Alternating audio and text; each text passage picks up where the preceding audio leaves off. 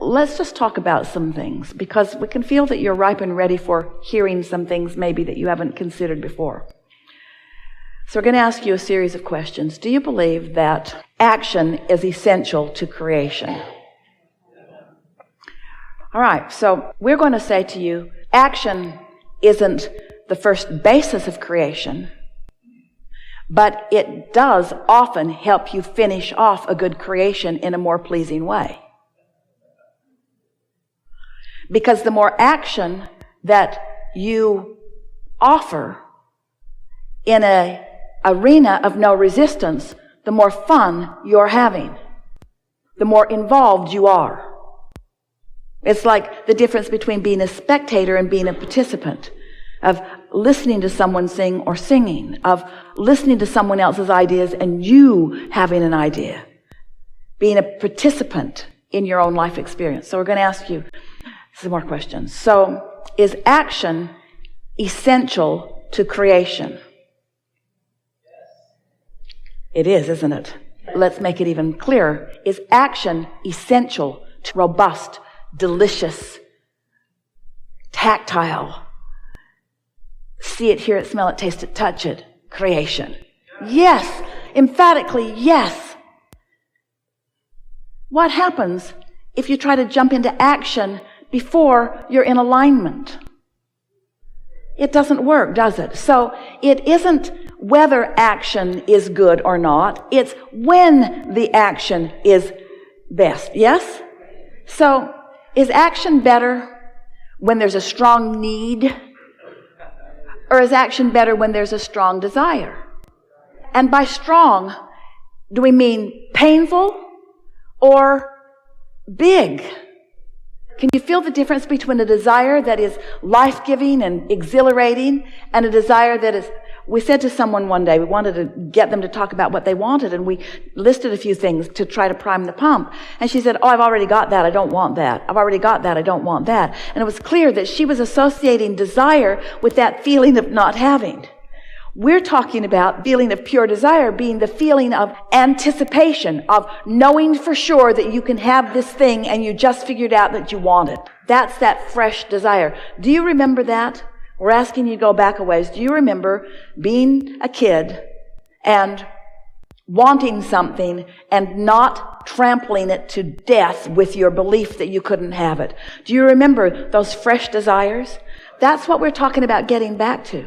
We're talking about not jumping into action so fast, jumping into meditation more, jumping into lying in bed more and basking more, making lists of things that you appreciate more, or just having non-thought for no reason, doing more things that are pleasurable, listening to more music, finding more reasons to feel good, listening to more meditation CDs, finding ways to come into alignment with who you are, and then letting the desire be something that is born out of that, and then, you see.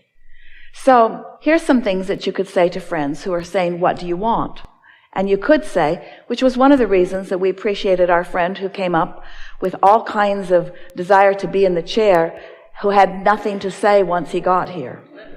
And the reason that he had nothing to say once he got here was what we wanted to demonstrate with that is a lovely state of being for you to be in. Because often, when you've got an active desire, you are not in the receiving mode. It's like the question is a different vibration than the answer, and the problem is a different vibration than the solution. And sometimes, when you continue to ask the question and ask the question and ask the question, or solve the problem, or solve the problem, or solve the problem, or solve the problem, you hold yourself out of the receiving mode. And so then, how does that feel? That's what we want to call your attention to. How does that feel? So if someone says to you, what do you want? And it might be somebody that you've expressed many things that you want, so they know that there are these things that you've been asking for, and they also know that you don't have them yet, and they're asking you, how's that coming? How's that coming? How's that coming? What would you think when someone says, what do you want, of giving them the answer, sort of like our friend gave us earlier? My mind's blank right now. My mind is blank right now. What do you mean? I mean, I'm not in the receiving mode, so I can't really tell you exactly what I want right now. Well, don't your needs let you know what you want? Don't you need a different car, or don't you need more money? Yes, But the distinction you want to say to your friend that I'm making, I am in the process of differentiating need from desire. I'm differentiating need from desire. And what I'm in the process of doing is conjuring desire. I'm putting myself in the best possible position for desire to be born within me. When you were little, your desires were born all day, every day. And those well-meaning and sometimes not so well-meaning, screwed up people that were in your life, they began teaching you things that caused you to adopt beliefs that made you stop believing in your desires, to the point that now when we talk to a room full of people like this, you can't really find a pure desire. You can't really find a pure desire because you haven't been in the receptive mode frequently enough or consistently enough for a pure desire to be born. And so you think that your needs are your desires. You think that you desire more money because you need more money. Or you think that you desire a better job because you need more money from that. But we want you to get to the basis of what your pure desires are. We want you to remember what you knew when you came, that you are the creator of your own reality and that you can be or do or have anything. We want you to feel that fresh friskiness that comes from tuning into the vibration of who you really are. We want you to allow yourself to become your total self who has the big picture. We want you to remember that you are an uplifter and that you are a lover and that you are an allower and that you want to feel good. That's what we want for you. We want you to return to the vibrational frequency of who you really are, rather than just catching glimpses of it or snatches of it in between all of the efforting that you're doing and all the trying and comparing and struggling and defending and justifying that you're doing. We want you to awaken to the remembering of who you really are, because your inner being knows who you are. Your inner being knows who you are and knows where you stand in relationship to everything that you want. And when we talk about this vortex that you've been building, you put that together one pure facet at a time. You weren't sitting in a room with someone demanding that you tell them what you want. That was just born out of life experience. When someone was rude to you, you knew that it should be otherwise. When someone didn't love you, you knew that you wanted them to be in the receiving mode because you knew that you wanted them to love, not only for your benefit, but for theirs as well. When you were confused, you knew that you wanted clarity. When you were lost, you knew that you wanted to know where you were going. When you didn't have enough of something, when you were tired, when you didn't have vitality, you wanted more vitality. In other words, life has caused you to purely create what you want. There is a vibrational version of you who knows precisely what you want. There's fresh, pure desire in this vortex. And law of attraction is spinning it up and spinning it up and spinning it up, and it's ready to be revealed to you. And when that desire is born within you, you think when you come to a gathering like this that you've got a long list of things that you want. You think that you came here so that you can get the things that you want out into the open, so that we can tell you what the path of least resistance is to the things that you want. And what we want to shout to you today, in a way that you will hear it like you've never heard it before, is that what you most want of all things, what you most want is to have that fresh desire. What you want is to want. What you want is to want. What you desire is to desire. You want to desire. You want to desire. You want to desire. Nothing more. You want to desire. We don't want you to want to fulfill your desire. We want you to want the desire. We want you to want the idea of the desire. We want that desire to be born within you. We want you to want that desire. We want you to feel what that fresh desire feels like. Jerry and Esther would go into a store and they would say, "Can we help you?" And Jerry would say, "We're just looking for something to want." Just looking for something to want. Well, what are you looking for? Something to want. We're looking for that thing that lights us up. We're looking here for that thing that lights us up. So our desire is to be lit up.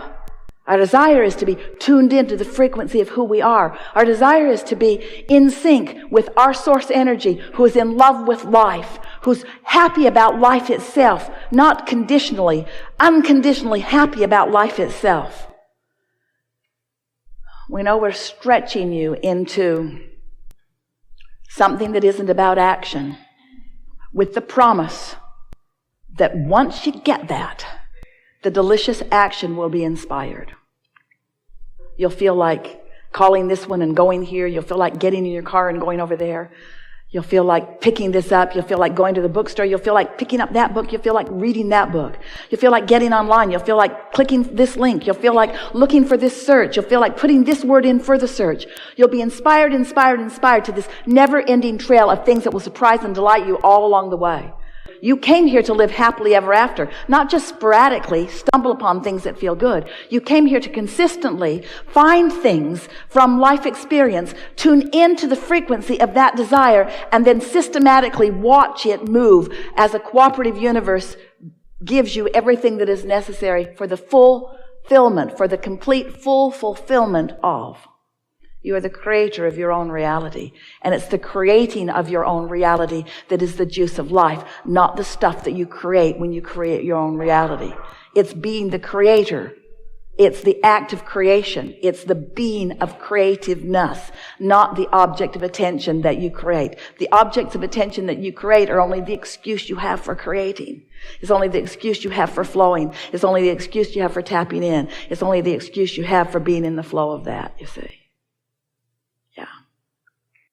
We have enjoyed you.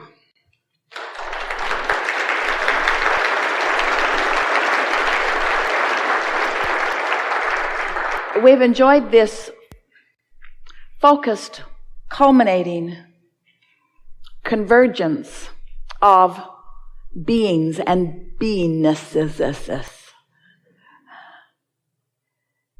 We are a good mix together.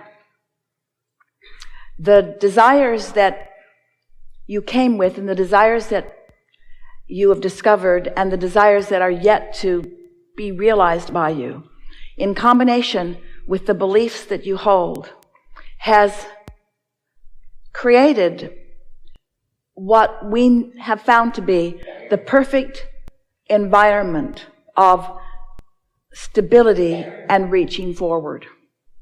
The lives that you've been living, the lives that you are living, have positioned you for a different reception than you have experienced before. So you have allowed, by that which you are, a flowing of conversation because of your receptive mode. We can't say to you what you're not ready to receive. So your receptive mode all along has been the reason for the evolution of this conversation. You get what we're saying? So sometimes you're quieter than usual. Sometimes, because of the intensity of what you're living, coupled with the desire that you are allowing, you create the perfect environment for real expansion in understanding. And that's what has taken place today. Esther can hardly wait to get her ears around what we have all created here today. We make too much of all of it. Don't try to think your way through it. Just leave this gathering with one strong intention, and that is, I am going to be happy. I'm going to be happy in my bed. I'm going to be happy when I wake up. I'm going to be happy in my relationships. I'm going to be happy at work. I'm going to be happy in traffic. I'm going to be happy in my car. I'm going to be happy in my current financial situation. I'm going to be happy in my oncoming financial situation. I am happy. I am a happy being with the potential of being happier still. I am happy. And when people say, "Hi, how are you?" say, "Happy." I'm happy. I'm happy. Because what that means is, I'm not only satisfied with what is, which will serve you so well, but I'm eager for what's coming, which will serve you so well. Ongoing, creative, genius, greedy beings that you are. There is great love here for you. And as always, we remain in the vortex.